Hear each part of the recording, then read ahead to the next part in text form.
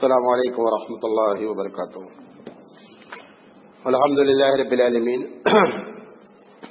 والعاقبۃ للمتقین والصلاۃ والسلام علی رسولہ الکریم. اعوذ باللہ من الشیطان الرجیم. بسم اللہ الرحمن الرحیم. انا فتحنا لک فتحا مبینا. صدق اللہ العظیم. محترم حضرات، سیرت رسول اکرم صلی اللہ علیہ وسلم پر سلسلے وار پروگرام چل رہا ہے اور آج اس کا 127واں درس ہے. ہم گفتگو کر رہے ہیں نبی اکرم صلی اللہ علیہ وسلم کے فتح مکے کے بارے میں. غالباً کل میں نے آپ کو یہ بات بتائی تھی کہ ابو سفیان نے اللہ کے رسول صلی اللہ علیہ وسلم کے سامنے مر الزہران نامی مقام پر آ کر کے اسلام قبول کیا. اسلام قبول کرنے کے بعد حضرت عباس رضی اللہ تعالی عنہ نے، یہاں تک میں نے آپ کو بیان کیا ہے، حضرت عباس رضی اللہ تعالی عنہ نے ان کو نفسیاتی طور پر پریشر میں ڈالنے کے لیے کہا کہ ایک مقام پر کھڑا کیا جو پہاڑی کا تھوڑا سا اونچا حصہ تھا، اور اللہ کے رسول صلی اللہ علیہ وسلم نے کہا کہ جب فوج فجر کے وقت گزرنے لگے گی رات کے آخری حصے میں، تو ایک چھوٹا سا درہ تھا. اس کا مقصد یہ تھا کہ اگر فوج پھیل کے گزرے گی تو اندازہ نہیں ہوگا کہ کتنے آدمی جا رہے ہیں. اگر راستہ تنگ ہوگا تو ایک لمبی لائن دیر تک چلے گی. اللہ کے رسول صلی اللہ علیہ وسلم نے فوج کو حکم دیا کہ وہ جو چوڑا والا راستہ ہے ادھر سے نہیں گزرنا ہے، یہ جو پتلا والا راستہ ہے ادھر سے کیا ہونا ہے، پاس ہونا ہے. اور اس کی چوٹی پر حضرت ابو سفیان کو کھڑا کر دیا.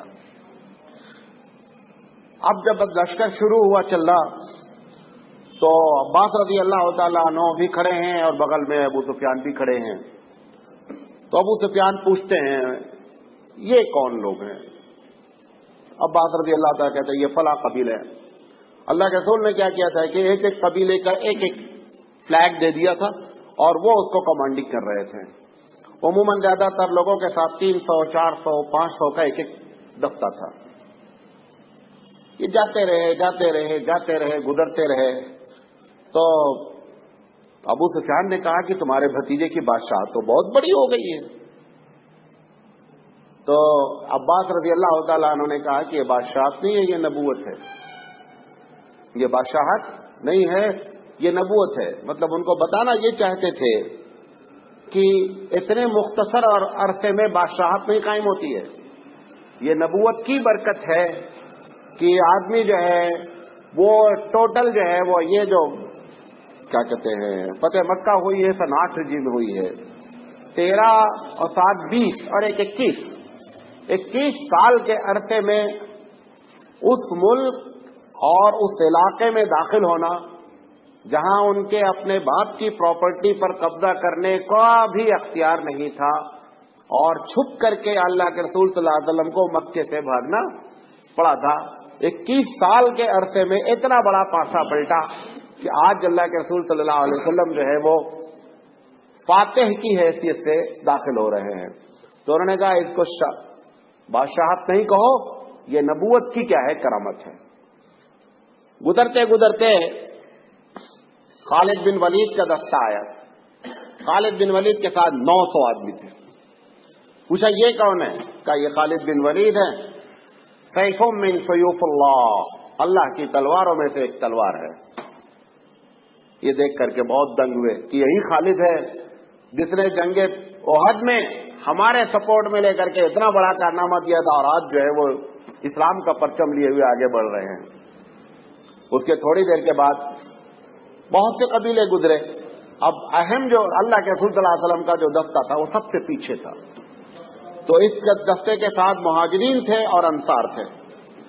مہاجرین کی کمانڈنگ کر رہے تھے زبیر رضی اللہ تعالیٰ عنہ، اور انصار کی کمانڈنگ کر رہے تھے سعد بن عبادہ. جب یہ سعد بن عبادہ وہاں سے گزرے، غالباً انہوں نے ابو سفیان کو دیکھ لیا. انہوں نے ایک عربی کا ایک جملہ کہا کہ الیوم یوم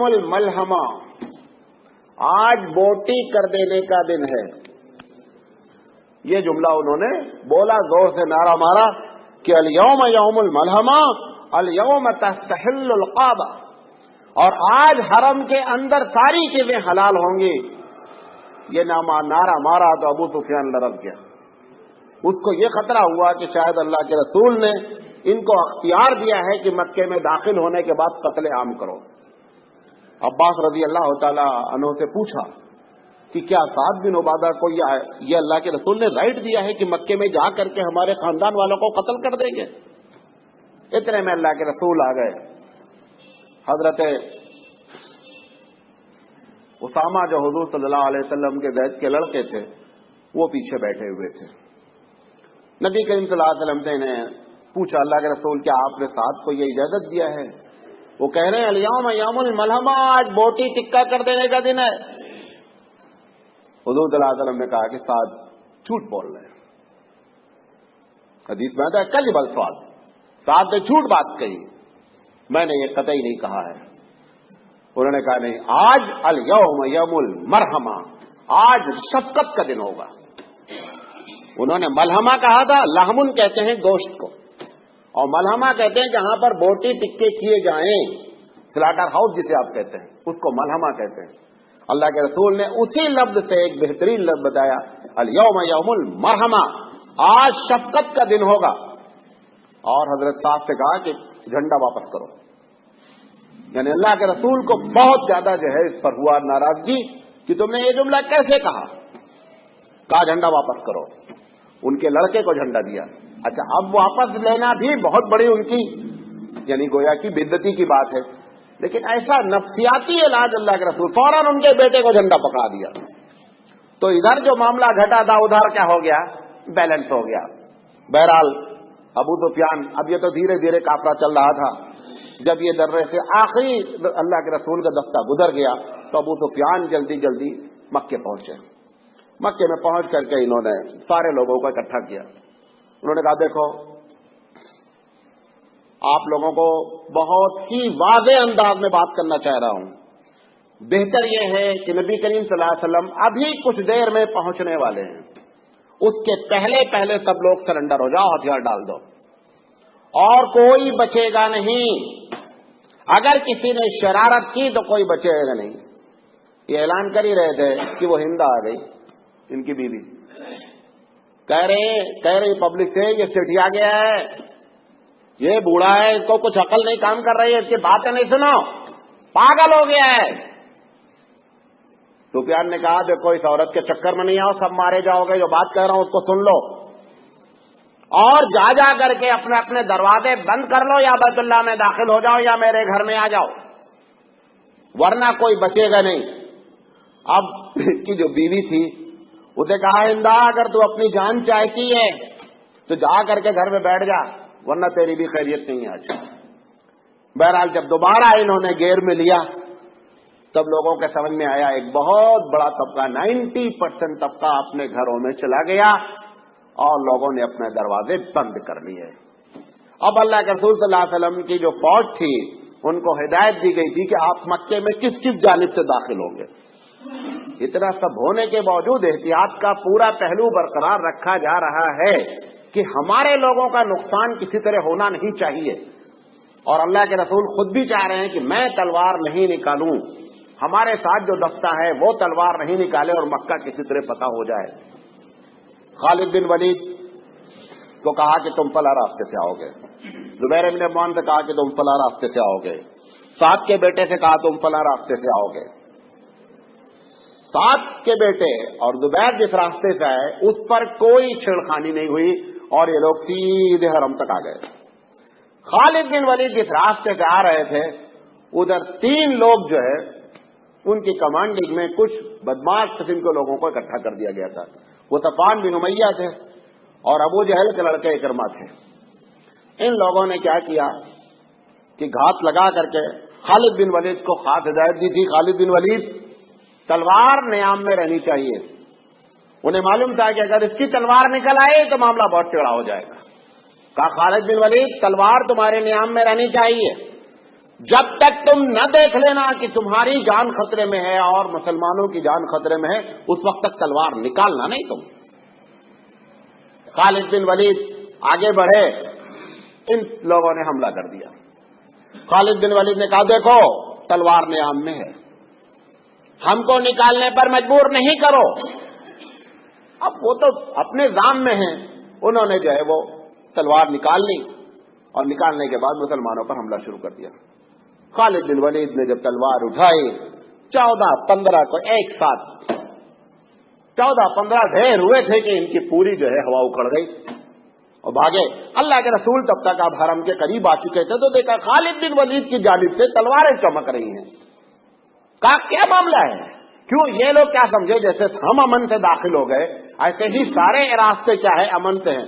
تو پوچھا یہ کون لوگ جنگ کر رہے ہیں؟ کہا خالد بن ولید ہیں۔ خالد بن ولید سے پوچھا خالد بن ولید کیا ہوا؟ کہا اللہ کے رسول آپ کے حکم کے مطابق تلوار اندر تھی، لیکن جب انہوں نے ہمارے اوپر حملہ کر دیا اب ہماری جان بچانے کا کوئی راستہ نہیں تھا، لہذا ہم نے ان کا جواب دیا اور 17-18 آدمی ان کے کیا ہو گئے، ختم ہو گئے۔ حضور صلی اللہ علیہ وسلم نے تم نے ٹھیک کیا۔ خالد بن ولید سے کہا یہ ان کی قسمت میں تھا، تم نے ٹھیک کیا۔ اب بہرحال سارے لوگ حرم میں کیا ہو گئے، داخل ہو گئے۔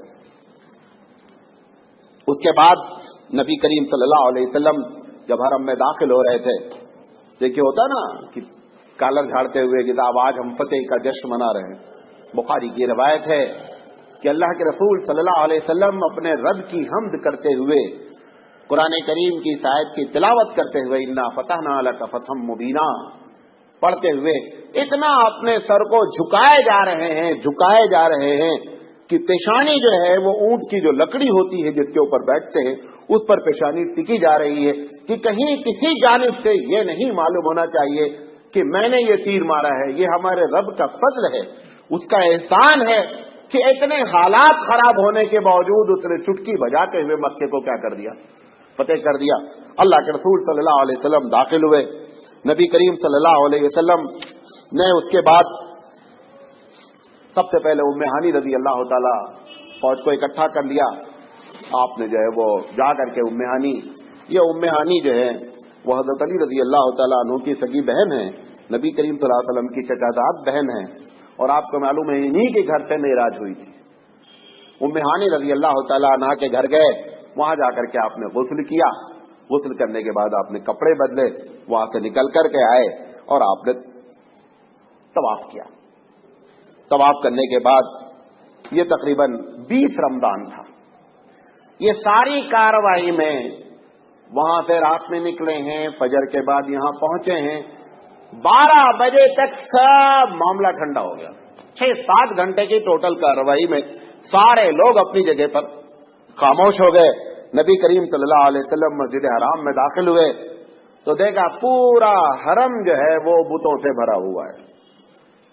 اللہ کے رسول صلی اللہ علیہ وسلم کے ہاتھ میں ایک چھڑی تھی، یہ اللہ کے رسول کا معجزہ تھا، ایک ایک بت کو اشارہ کرتے تھے، جاء الحق وزهق الباطل، حق آ گیا باطل رفو چکر، یہ آیت پڑھتے جاتے تھے اور ایک ایک بت جو ہے وہ زمین پر آتا جاتا تھا۔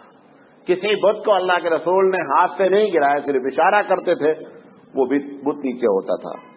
اس کے بعد جب بیت اللہ کھولا گیا تو ان لوگوں نے اندر تصویر بنا رکھی تھی۔ ایک تو ہوتا ہے کہ اسٹیچو پتھر کا بنا ہوا، وہ ایک الگ معاملہ تھا، دیواروں پہ نقش کر دیا تھا، اور یہ حضرت اسحاق علیہ السلام کی، حضرت اسماعیل علیہ السلام کی، بعض روایت میں آتا ہے ابراہیم علیہ السلام کا سب سے بڑا مجسمہ، وہ ابراہیم جو بت کو توڑنے والا، اسی کی قوم نے کیا کیا، اس کو بت بنا دیا۔ یہ پوری دنیا کی ٹریجڈی ہے، بہت بڑا سانحہ ہے یہ دنیا کا۔ جتنے بڑے لوگ اس دنیا میں آئے اور جنہوں نے بت پرستی کی مخالفت کی، آج سب ان کی پوجا کرتے ہیں۔ گوتم بدھ کی بنیاد ہی ہے کہ بت پرستی نہیں ہونی چاہیے۔ آج کیا ہے پوری دنیا میں، گوتم بدھ کی پوجا ہو رہی ہے۔